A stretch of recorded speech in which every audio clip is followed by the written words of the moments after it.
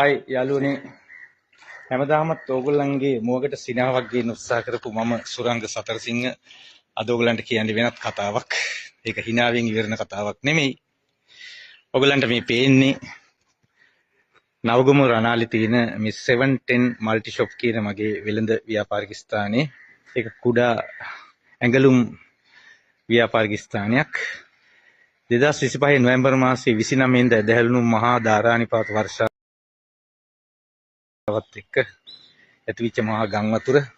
ඒ ගම් වතුරට මේ ස්ථානේ ඔක්කොම යට වුණා. මේ තියෙන්නේ මේ ජලකඳ තාමත් ඉතුරුලා තියෙන.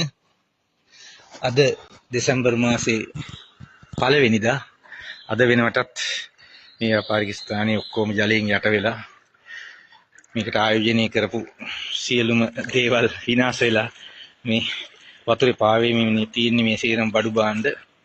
ගෙවල් ඇතුළවල් ගන්න දෙයක් නෑ, ඔක්කොම ජලයෙන් යට වෙලා මේ විදිහට අපිරිසුදු ජලයේ මේ ඔක්කොම බඩු භාණ්ඩ පාවෙනවා.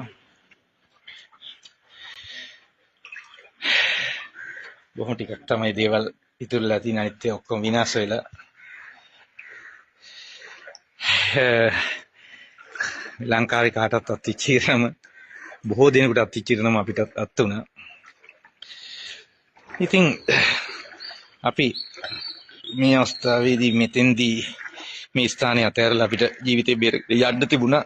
නමුත් මේ වටේ පිටේ ඉන්න හැම මිනිස්සෙක්ම තමුන්ගේ ජීවිත බේරගෙන තමුන්ගේ ස්ථානට වෙලා හිටියා. අපිත් ඉතින් ඒ වගේම හිටියා. දැන් මේ මම ඔයගලන්ට පෙන්වන්නේ අවිස්සාවේල්ල කොළඹ ප්‍රධාන මාර්ගය. ඒක තනිකරම ගංගාවක් හා සමානයි. ගංගාවක් වගේ වතුරින් යට වෙලා තියෙන්නේ. මේ තියෙන්නේ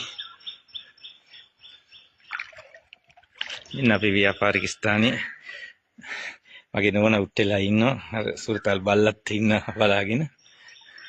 කොහොම තමයි ඉතින් සියලු දේම අනිත්‍යයි කියනවා වගේම මේ ගොඩනගාගත්ත බොහෝ දේවල් ගොඩනැගිල්ල ඇරෙන්න අනිත් දේවල් ගොඩක් විනාශ වෙලා තියෙන්නේ. නැවත මේවා ගොඩනගා ගන්න ටිකක් අපහසුයි. ඒත් මේක තමයි තත්ත්වය. අපේ යාළුවෝ මීට කතා කරලා අපිට උදව් උපකාර කරන්න බොහෝ එන්න ලැහැස්ති වුණා. නමුත් අපි කාටවත් එන්න දුන්නේ නැහැ මේ වතුරට පයින් එන්න.